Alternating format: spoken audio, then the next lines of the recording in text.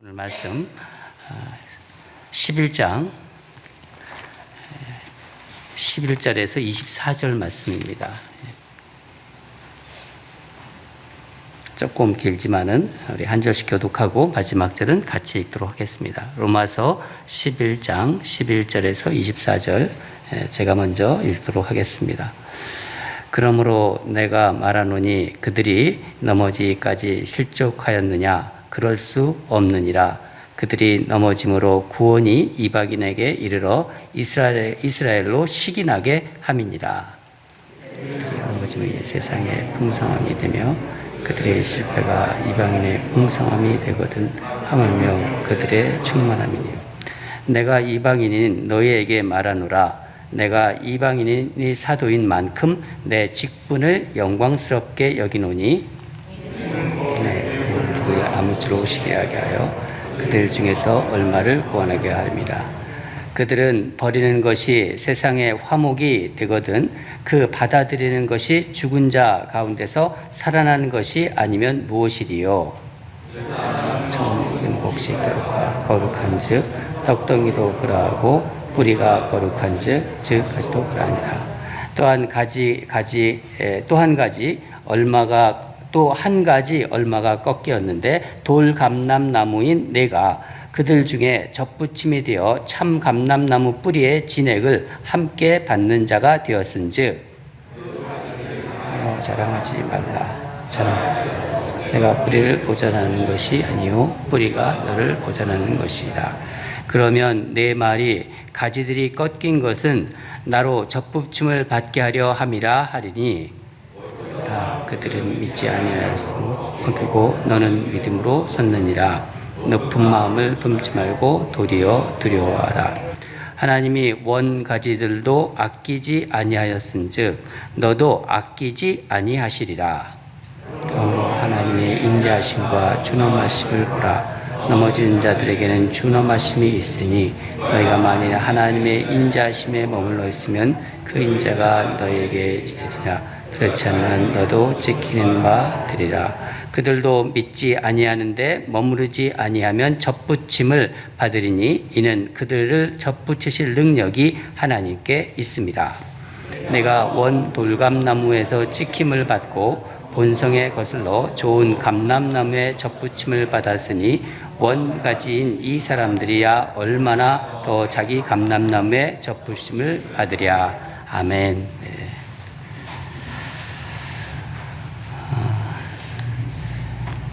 제가 기도하면서 로마서 말씀을 이제 강에 또 말씀을 전하기로 정했는데 그때 어떤 때 그 말씀을 하나님 로마서 말씀을 전하라는 거 했었냐면은 지난번에 강경석 장로님 소천하실 때 그때 말씀 준비할 때 강 장로님께서 로마서 말씀을 꼭 좀 준비해 달라고 해달라고 그래서 그때 참 오래 그게 기억이 났어요. 그래서 그때부터 이제 말씀을 전하고 시작했는데 중간에 수요일에 이제 지난번에 수요일 날 또 로마서 말씀을 전하고 또 오늘도 전합니다. 근데 하나님이 참 정말 그 신통하고 아주 신묘막한 것 같아요. 여러 가지 상황을 볼 때 저는 그런 생각도 못했는데 이렇게 로마서 말씀을 수요일에도 전할 이유가 있는 것 같아요. 로마서 말씀을 여러분에게 다 전하고 떠나라는 마음을 주시는 거예요, 저한테. 왜냐하면 이렇게 주일날만 로마서 말씀을 전하면은 다 못 전해요. 제가 따져보니까. 그렇더라고요, 오늘 보니까. 그래서 하나님이 그런 뜻이 있구나 해서 참 하나님께 감사를 드렸습니다. 이 시기에 제가 여러분들에게 하나님 말씀을 가감없이 전하는 그런 기회가 되고 또 여러분이 그 말씀을 들으면서 다시 한번 신앙을 다지는 그런 복된 시간이 되기를 바랍니다. 네. 오늘 말씀 제목은 높은 마음을 품지 말고입니다. 말씀 중에 나오는 말인데 이 바울은 동족 이스라엘이 이제 복음을 받아들이기를 간절히 소망하면서 그러나 그렇게 되지 않을 것 같다는 현실을 이렇게 직면하고 있는 거예요. 이 동족이 이스라엘이 하나님의 말씀, 복음을 받아들이길 정말 소망하지만은 혹시 그렇게 되지 않으면 어떻게 하나 하는 이런 마음. 하나님이 바울의 마음을 아셨던 것 같아요. 그래서 바울에게 이 문제를 해결할 길이 어디에 있는지를 알려주신 말씀입니다. 오늘 본문이 참 딱딱한 말씀이지만은 이 딱딱한 말씀을 어떻게 여러분들에게 전해야 될까? 이게 이 말씀을 전하는 자들이 항상 고민이에요. 인간적인 눈으로 보면은 이게 의외의 길 같고 역설적인 길이었습니다. 하나님이 바울에게 주신 마음이. 바울은 동족 이스라엘에 대한 사랑을 로마서 곳곳에서 여러 번 피력하고 있어요. 이스라엘이 선택받은 민족인데 하나님께 돌아와야 되는데 돌아오지 않는 거예요. 그게 너무나 바울에게는 커다란 짐이었고 안타까운 마음이었습니다. 로마서 9장 3절에도 이 마음이 잘 나타나 있어요. 나의 형제 곧 고륙의 친척을 위하여 내 자신이 저주를 받아 그리스도에게서 끊어질지라도 원하는 바로다. 여러분 이 말씀 우리가 지금 제가 읽어드렸는데 내가 그리스도에게 저주를 받아 끊어질지라도 바울의 이 동족을 사랑하는 이 마음 이스라엘의 구원을 위한 아주 절박한 그 마음 갈망하는 그 마음을 우리가 알 수 있지 않습니까? 오늘 본문에 흐르는 정서도 믿지 않는 대다수의 유대인들이 어떻게 구원을 받을지 모르겠지만 분명 언젠가는 유대인들이 이스라엘이 예수 그리스도께 돌아올 것이라는 그 어떤 그 간절함과 거기에서 또 확신을 우리가 알 수 있을 것 같아요. 그런 마음이 좀 느껴집니다. 11절, 12절에 그 마음이 잘 나타나 있는데 다시 한번 우리 읽겠습니다. 11절과 12절 시작. 그러므로 내가 말하노니 그들이 넘어지기까지 실족하였느냐? 그럴 수 없느니라. 그들이 넘어짐으로 구원이 이방인에게 이르러 이스라엘로 식인하게 함이니라. 그들의 넘어짐이 세상의 풍성함이 되며 그들의 실패가 이방인의 풍성함이 되거든 하물며 그들의 충만함이리요. 충만함이리요. 바울은 완전히 사람이 이렇게 완전히 넘어지는 거 있잖아요. 넘어지는 것과 그냥 살짝 실족하는 것, 이 넘어지는 것을 지금 구분하고 있습니다. 이스라엘은 지금 이렇게 완전히 팍 넘어져 가지고 일어나지 못할 정도가 아니다. 다시 말하면 이스라엘은 상태가 비록 보기에는 절망적이지만 그렇다고 완전히 회복이 불가하는 것은 아니다. 그렇게 지금 바울은 이야기하고 있는 것입니다. 11절부터 15절까지 이 논리를 아주 바울 특유의 그 장연한 논리로 정리하고 있어요. 이것을 한번 간단하게 정리하면 이렇습니다. 유대인들이 예수님을 거부했어요. 선민인 유대인들이. 하나님께서 유대인들을 선택했어요. 근데 이들이 거부했던 거예요. 이게 도저히 믿겨지지가 않는 거예요. 이 거부한 것이 오히려 이 세상의 다른 민족들, 이 이방인들에게는 구원을 가져왔다. 그러나 이스라엘의 실족과 실패는 그 자체로 끝난 것이 아니고 이방인들의 구원과 그 풍요, 또 세상의 풍성함으로 이어질 것이다. 또한 이것은 이방인들에게만 끝나지 않고 이스라엘을 식인하게 만들 것이다. 이스라엘이 질투하게 만들 것이다.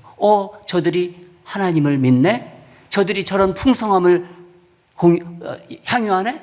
이런 것을 보면서 결국은 돌아오게 될 것이다. 식인하게 해서. 그러니까 결국은 이스라엘이 예수님을 믿게 된다는 것입니다. 지금도 이스라엘은요, 극소수, 그러니까 이스라엘 전체 그 국민 수를 보면요, 거기에 보면은 참, 어떻게 보면 참 창피할 정도로, 그렇게 예수 믿는 사람들이 적어요. 이스라엘에. 12절 마지막을 보면요. 하물며 그들의 충만함이요. 이스라엘의 실패가 이방인의 풍요가 되었잖아요. 많은 세계의 이방인들이 하나님께 돌아왔습니다. 예수님을 믿고 있어요. 그 풍요가 되었는데 하물며 이스라엘의 구원의 충만함의 정도가 이방인의 충만함에 이르지 못하겠느냐, 그렇게 반문하고 있습니다. 15절에 보면은 그 받아들이는 것이 죽은 자 가운데 살아나는 것이 아니면 무엇이리요. 즉 이 말씀은 하나님께서 이스라엘을 받아주시는 것은 어떤 거냐면은 마치 죽은 자가 다시 살아나는 것과 같은 놀라운 일이 될 거라는 거예요. 그렇게 이스라엘이 하나님께 돌아오지 않았는데 죽은 자가 살아나는 것처럼 많은 세상 사람들에게 놀람을 줄 거라는 거예요. 저런 일이 일어나는구나. 많은 세상 이방인들을 통해서 그렇게 된다는 것입니다. 바울은 이방인 선교를 위해서 특별한 부르심을 받은 사도입니다. 그 사명이 있었어요. 그런데 바울에게는요, 이스라엘이 없는 기독교는 상상할 수가 없는 거예요. 자기가 유대인이 있거든요. 이스라엘이 구원의 반열에 빠지는 것은 있을 수가 없는 거예요. 바울에게는. 왜냐하면 복음은 여하튼 간에 유대인에게 먼저 전해졌잖아요. 그렇죠? 유대인 사도들을 통해서 이방인에게 전해졌기 때문에 이스라엘의 그 뿌리의 역할, 이스라엘이 그 뿌리, 나무로 말하면 뿌리의 역할을 한 것은 틀림없는 사실이에요. 바울은 본문에서 이것을 세 가지 비유로 설명하고 있습니다. 첫째, 제사 때, 우리가 제사를 드릴 때 하나님께 떡을 드리는데 이 떡으로 비유하고 있는 거예요. 떡. 16절 보면은 제사하는 처음 익은 곡식 가루가 거룩한 즉 떡덩이도 그러하고. 이게 무슨 말인가요? 처음 익은 곡식으로 제사를 드리잖아요. 드리면 그 다음부터는 음식을 만들 때마다 그 곡식을 하나님께 드릴 필요가 없다. 그렇잖아요. 이스라엘은 처음 익은 곡식을 만든, 그 곡식으로 만든 떡과 같다는 거예요. 이스라엘이. 유대인들이 이미 하나님께 처음으로 드려졌어요. 모든 백성들 중에서 유대인들이 이미 하나님께 처음으로 드려졌어요. 그렇기 때문에 이방인들의 뿌리가 되었다, 이 얘기예요. 두 번째는 바울은 어린 나무에 비유하고 있습니다. 16절 하반부에 뿌리가 거룩한 즉 가지도 그러하니라. 뿌리는 어린 나무를 얘기하는 거예요. 어린 나무. 어린 나무를 하나님께 바치잖아요. 바치면 그 나무 가지나 열매, 거기에서 나무 가지가 나오고 열매가 맺히지 않습니까? 그 열매는 당연히 하나님께 드려지는 거 아니냐, 그 얘기입니다. 이스라엘이 바로 어린 나무의 역할을 하였다. 이스라엘이 처음 예수님을 받아들였기 때문에, 영접했기 때문에, 다는 아니지만 이스라엘 백성들 중에서 예수님을 영접한 사람들이 있기 때문에 그 나무의 열매나 가지인 이방인들이 예수님을 영접했다는 거예요. 마지막으로 바울은 돌감람나무가 참감람나무에 접붙임되는 비유를 들고 있습니다. 돌감람나무와 참감람나무. 나무들 접붙이는 걸 한번 여러분 생각해 보세요. 17절을 한번 같이 읽겠습니다. 17절입니다. 시작.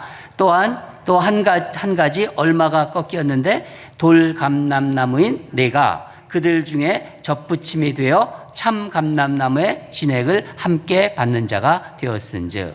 여기서 참감람나무는 이스라엘 말합니다. 이스라엘 유대인들을 말하고 돌감람나무는 이방인을 가리킵니다. 그러니까 참감람나무 가지에 돌감람나무 가지인 이방인이 접붙임을 받았다. 그래서 돌감람나무인 이방인은 참감람나무 덕분에 구원을 받게 된 것이다. 우리가 그렇다는 거예요. 즉 이스라엘이 이방인의 뿌리의 역할을 한 것이다. 그래서 18절에 가지가 뿌리를 보존하는 것이 아니라 뿌리가 가지를 보존하는 것이다. 그렇게 말하고 있습니다. 바로 이 말씀은 이방인이 믿음으로 이스라엘의 접붙임을 받았지만 너희가 만약에 교만하면은 너희가 접붙임을 받은 이방인들이지만은 그래서 참감남무에 들어와 있지만은 이방인 너희가 교만하면 원가지인 유대인들이 꺾여졌잖아요. 꺾여진 것처럼 너희도 아끼지 아니하겠다 하는 말씀이에요. 무서운 말씀입니다. 19절을 보면은 가지들이 꺾인 것은 그러니까 나로 접붙임을 받게 하려 함이라 이렇게 말하고 있어요. 그 접붙임의 이 주권은 하나님 손에 달려 있다는 거예요. 꺾여진 유대인이라 하더라도 접붙인 이방인처럼 언제든지 하나님은 회복시켜 줄 수 있다는 거예요.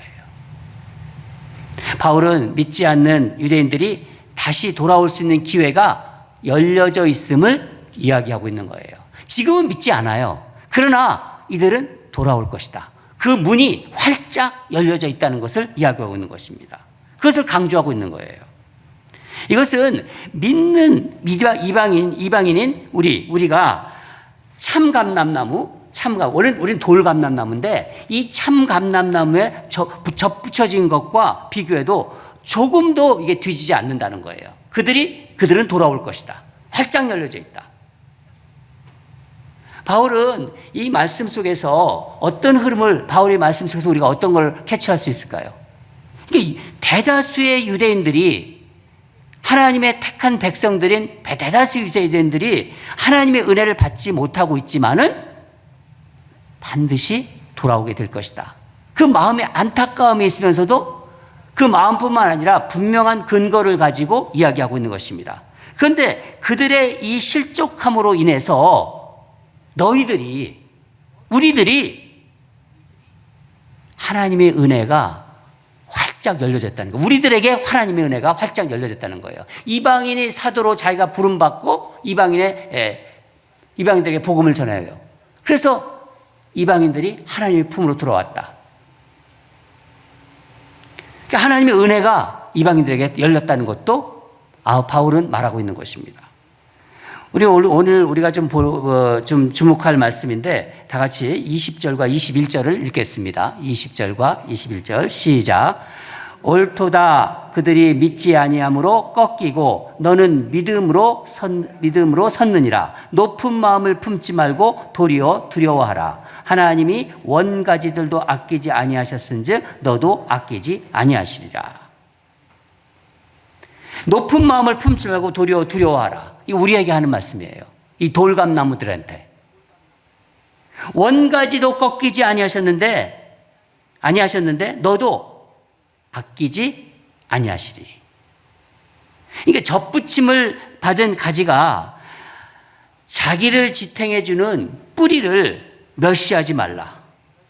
그러니까 무슨 말씀이냐면은 너희가 교만하면 너희도 똑같이 망한다.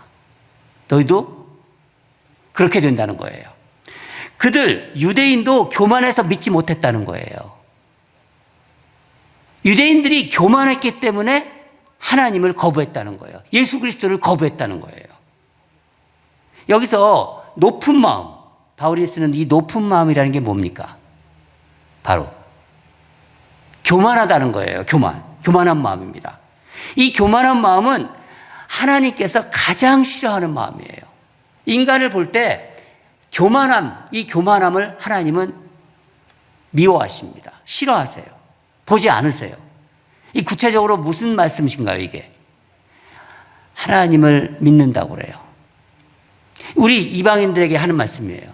돌감람나무인 우리들에게. 너희들 하나님을 믿는다고 그러면서 하나님의 뜻을 따르는 게 아니라 실제로는 자기 생각을 따라요.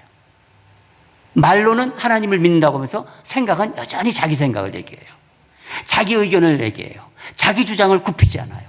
이것이 바로 교만한 생각입니다. 그것을 지적하는 거예요. 지난번에도 제가 한번 말씀드린 기억이 나는데 우리 안에 두 소욕이 있다고 말씀드렸죠. 두 소욕. 육체의 소욕과 성령의 소욕. 이 두 소욕이 우리에게는 항상 있는 거예요. 여러분, 믿음이 성숙한 성도는요, 저 사람 참 믿음이 성숙하다. 그런 성도는 늘 이 두 소욕 중에서 성령의 소욕, 성령의 음성에 민감해요. 회의를 하든 사람과 이야기를 하든 세상에서 직장 생활을 하든 항상 이 성령의 음성에 민감하다는 거예요. 그게 성숙한 사람들의 특징이에요. 그래서 내 뜻, 우리에게 내 뜻이 있거든요. 내 의견이 있어요. 내 주장. 이것보다는 늘 하나님의 초점에 맞춰요. 하나님의 초점을, 하나님께 그 초점을 맞추는 거예요. 내 생각이 초점, 내 마음의 초점. 내 생각과 주장이 이건 분명히 옳아. 상식적으로도 옳고 또 이성적으로 옳아도 분명히 옳고 확실하다 하더라도 성령님께서 그거 아니다 하는 마음을 주실 때가 있어요. 성령님께서 불편한 마음을 주세요. 여러분, 그래서 기도가 필요한 거예요. 기도하면은요, 이건 내 마음이 분명히 확실해. 이거는 이성적으로도 또 어떤 근거를 가지고도 이건 맞는 말이야. 그렇게 하는데도 기도하는데 그 마음이 불편할 때가 있어요. 이게 네가 그러면은 참 어렵죠. 그런데 내 안에 성령님께서 계시기 때문에 성령님이 그거 아니다는 마음을 주시는 거예요. 그럼 바로 내려놓는 태도예요. 그러면은 바로 내려놓아야 돼요. 아닌데 그러면서 자기 주장으로, 자기 견해로, 자기 생각으로 계속 고집 부리는 거, 교만하다는 거예요. 그거 하나님이 돌 감람나무에게 너희들 높은 마음이라는 거예요. 그게. 그러면 내가 원가지, 원뿌리를 친 것처럼 너희들을 치겠다는 거예요. 하나님의 뜻이라면요, 내 생각, 내 주장은 언제든지 변할 수 있는 거예요. 여러분, 그게 플렉시블한, 그러니까 성령님을 마음에 모시고 성령님의 음성에 늘 따라가는 사람들의 삶의 태도고 우리의 모습이라는 거예요. 그게 이런 자세가 우리가 그 찬양한 것처럼 이 낮은 마음이에요. 낮은 마음. 성숙한 성도는요, 반드시 낮은 마음이 있어요. 우리 한국 기독교가 참 잘못된 부분이 목사는 제일 높이 있고 장로, 권사는 제일 높이 있고 집사는 그 다음이고 이렇게 형성이 된 게 이게 잘못된 단추예요. 첫 단추가 잘못 껴가지고 그거 아니거든요. 그래서 장로님이 이랬다면 그냥 따라가는 거예요. 장로가 그래서 더 기도해야 되는 거예요. 다른 사람들이 하나 기도할 때 장로는 열을 기도해야 되는 거고 다른 사람이 하나 기도할 때 권사는 열을 기도해야 되는 거예요. 목사는 100을 기도해야 하는 거고. 사랑하는 여러분, 신앙의 연조가 깊으면 깊을수록 점점 우리 기독교인들이 보면요, 완고해져요. 거기다가 신앙의 포장까지 해요. 자기를 합리화하기 위해서. 그리고 그게 하나님의 말이래. 하나님의 뜻이래, 그 말이. 자기 생각인데 엄청난 죄를 짓고 있는 거예요. 신앙의 연조가 깊으면 깊을수록 완고해지는 것이 아니라 하나님의 뜻이라면 무엇이든지 내릴 수 있는 그런 성도들이 되시길 바랍니다. 그래서 이사야서는 55장 8절에서 이런 말을 했습니다. 우리 한번 같이 읽겠습니다. 시작. 이는 내 생각이 너희 생각과 다르며 내 길은 너희의 길과 다름이니라. 여호와의 말씀이니라. 항상 내가 틀린다는, 내가 잘못됐다는 생각을 우리는 할 수 있어야 돼요. 여러분, 항상 우리는 내 생각이 주님의 생각과는 다를 수 있다는 그런 태도, 그런 유연한 태도로 신앙생활하는 성도들이 되시기를 바랍니다. 그러니까 우리는 언제든지 내 생각은 내려놓을 수 있어. 내 방식 고집하는 거 아니야. 하나님의 방식을 따라간다, 나는. 그렇게 살아가는 거예요, 우리는. 그게 I am ready. 나는 내려놓을 수 있어. 하나님의 뜻이라면 하나님의 방식으로 생각하고 하나님의 방식으로 따른다. I am ready. 그게 우리들이 자세라는 것입니다. 또 한 가지, 이 접붙여 있는 돌 감람에게 주신 사명이 있어요. 우리들에게 주신 사명이 있다는 것입니다. 여러분 지금 이 시대는요, 이 기독교와 그리스도인들에게 큰 시련의 시기입니다. 요즘처럼요, 기독교가 세상으로부터 조롱을 당하고 무시를 당할 때가 없습니다. 아무 능력이 없어요, 지금 기독교가. 그러나 우리가 이 어려운 시대에 정말 하나님이 주신 이 믿음으로 더 굳건하게 서 있으면은요, 하나님께서는요, 새롭고 놀라운 그 풍성한 은혜를 다시 부어주십니다. 하나님의 구원의 은혜가 우리를 통해서 아직 접붙여지지 않은 돌 감람나무들에게 임해야 돼요. 하나님께서 우리에게 주신 사명입니다. 너희들은 접붙여 있지만은 아직도 접붙여지지 않은 돌 감람나무들이 너무나 많다. 그러기 위해서 우리들이 무엇이 필요한 거예요?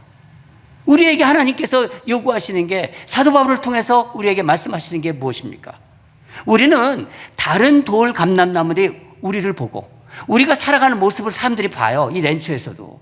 이 랜드 온누리교회 성도들이 어떻게 살아가는지, 사람들과의 대화를 어떻게 하는지, 저 사람들이 생활이 어떤지를 웬만한 사람들은 알아요. 한국 사람들은. 제가 6년 전에 이 랜드 온누리교회 사람들에 대해서 사람들이 얘기하는 걸 들었어요.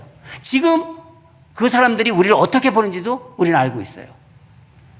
우리는 다른 돌 감람나무들이 우리를 보면서, 우리의 삶을 보면서, 아유, 나도 저들과 같이 한번 가보고 싶다. 이 돌아오고 싶은 마음이 들도록 해야 되는 거예요. 그게 하나님이 우리에게 주신 사명입니다. 여러분, 예수 믿는 사람들이 매력이 좀 있어야 돼요. 여러분, 매력 있으세요? 저는 매력 있는 것 같아요, 제게는. 우리 장로님도 그렇고, 우리 권사님도 보면요. 그런데 다른 사람들이 볼 때 여러분이 매력 있어 보여야 돼요. 제가 매력 있게 보여야 돼요. 제가 목사기 때문에 우리 목사님, 그게 아니라 다른 사람들이 여러분을 볼 때, 저를 볼 때, 참 매력 있다. 이게 느껴져야 돼요. 나도 예수를 믿는 저 인랜드 온누리교회 사람들처럼 되고 싶다. 그렇게 만드는 그 무언가가 우리에게 있어야 된다는 거예요. 그 매력이 있어야 되는 거예요. 여러분, 매력이 있어야지 연애도 하지 않아요. 뭐 끌리는 게 있어야지 쫓아가지도 않아요. 쫓아가지 않습니까? 저는 끌리는 게 있어야 쫓아가요. 우리 아내가 끌리는 게 있었어요. 그래서 열심히 쫓아다녔어요. 결국은 하나님이 이렇게 주셨잖아요. 하나님 판다고 하지 마세요. 지금 기도하고 했던 거기 때문에. 여러분, 끌리는 게 있어야 돼요. 우리는요. 우리끼리 끌리는 게 아니라 돌 감람나무들이, 지금 접붙여 있지 않은 돌 감람나무들이 우리를 볼 때, 쟤들은 접붙여 있네. 쟤들은 교회를 다니는데 참 매력 있네. 이게 생각이 나야 돼요. 이게 마음이 들어야 되는 거예요. 예수 믿는 사람들은 역시 다르네. 이 어려운 시기에 저런 일을 한다니. 이 소망 없는 세상에서 교회가 세상의 소망이구나. 있는 오늘의 교회가 참 15년이 됐는데, 14년이 됐는데 저 교회가 정말 소망이 되는 교회구나. 그런 마음이 들어야 돼요. 그래야 이 교회에 사람들이 오기 시작해요. 여러분이 변해야 돼요. 제가 변해야 돼요. 다른 사람 탓할 필요 없어요. 당신이 믿는 예수 나도 한번 믿어보자. 어떻게 당신은 그렇게 말을 하냐? 어떻게 그렇게 예쁘게 말을 하냐? 어떻게 그렇게 돈도 없으면서 그렇게 기쁘냐? 그렇게 행복하게 사냐? 우리를 보며 그런 마음이 들어야 돼요. 여러분, 우리는 세상 사람들보다 확실히 더 행복해야 돼요. 그래야 끌려요. 교회는 다닌다고 하고 맨날 우거지상을 하고 맨날 질질 짜고, 그런 세상 사람들이요. 아유, 저 사람 뭐 교회를 다니면서 저렇게 맨날 우거지상을 하고 다니나? 더 행복해야 돼요, 우리는요. 앞서가는 것이 있어야 돼요. 다른 사람들보다. 사는 모습이 세상 사람들과 확실히 달라야 돼요. 그래야 인랜드 온누리 교회는 부흥합니다. 예수 믿는 사람들의 가치관과 세계관이 달라야 돼요. 그 사람들과는. 똑같으면 아무런 매력이 없어요. 부부간의 사랑도 그래요. 예수 믿는다면서 맨날 싸워. 옆집에서 보면은. 안에 사람도 더 아름다워야 되고, 예수 믿는 자녀들도 더 밝아야 돼. 얼굴이 더 밝아야 되죠. 우리 아이들이 더 밝고 행복해야 됩니다. 교회를 다니는데도 생각하는 거, 사는 모습이 여전히 세상적이다. 그러면 사람들이 이 돌 감람나무들이, 접붙이지 않은 돌 감람나무들이 헷갈려요. 쟤들은 왜 교회를 다녀? 아니, 뭐 때문에 교회를 다녀? 헷갈려요. 그게 요즘 이 세상이라는 거예요. 무슨 매력이 있겠어요? 오히려 저 사람들이 교회 다니는 게 참 이상하죠. 저는 우리 주위에, 우리 주변의 사람들이 우리를 보면서, 우리 온누리교회 교우들을 보면서 그 사는 모습을 생겨서 막 질투가 났으면 좋겠어요. 막 시기심이 났으면 좋겠어요. 아이고, 어떻게 저렇게 사나? 어떻게 저렇게 행복하게 사나? 어떻게 저렇게 교회를 다니면서도 저렇게 내가 사는 거 뻔히 아는데 돈도 없고 참 힘들게 사는데도 어떻게 얼굴이 저렇게 밝으나? 어떻게 저렇게 좋은 일을 하나? 어떻게 입에서 저렇게 구슬 같은 말이, 구슬 떨어지는 말들이 나오나? 그러면서 막 질투가 느껴가지고 나도 한번 가보자. 그랬으면 너무 좋겠어요. 나도 저 교회를 좀 한번 가보자. 그런 일들이 우리 교회에 계속 정말 풍성하게 그렇게 되기를 간절히 소망합니다. 바울은 이방인들을 위한 사도로 부르심을 받아 이방인들의 영혼 구원을 위해서 혼신의 열정으로 복음을 전했어요. 유대인이지만은 그런 사명을 받았기에 이방인들이 하나님께 돌아오면은, 이 돌 감람나무들이 하나님께 돌아오면 내 동족 참 감람나무들이, 이 이스라엘이 질투를 느껴서 저들도 예수를 믿을 것이라는 소망으로 평생을 달려갔어요. 평생을. 그래서 우리가 접붙임을 받은 거예요. 여러분, 그래서 우리가 접붙임을 받은 거예요. 그래서 우리는 높은 마음, 교만한 마음을 살 수가 없는 거예요. 너희들이 교만하면요, 뽑아버리겠다는 거예요. 언제나 내 생각을 내려놓아야 돼요.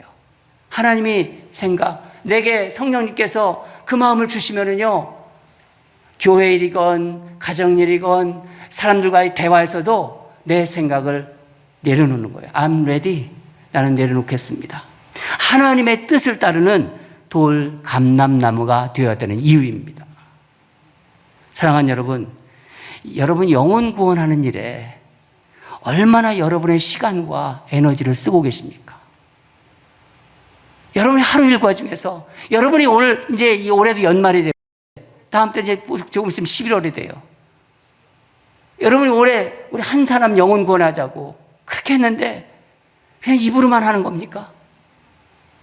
여러분의 삶에서 정말 영혼 구원을 위해서 내가 얼마나 시간을 쓰고 얼마나 에너지를 쓰는지 오늘 저녁에 한번 생각해 보시기 바랍니다. 나 자신을 돌아보면서.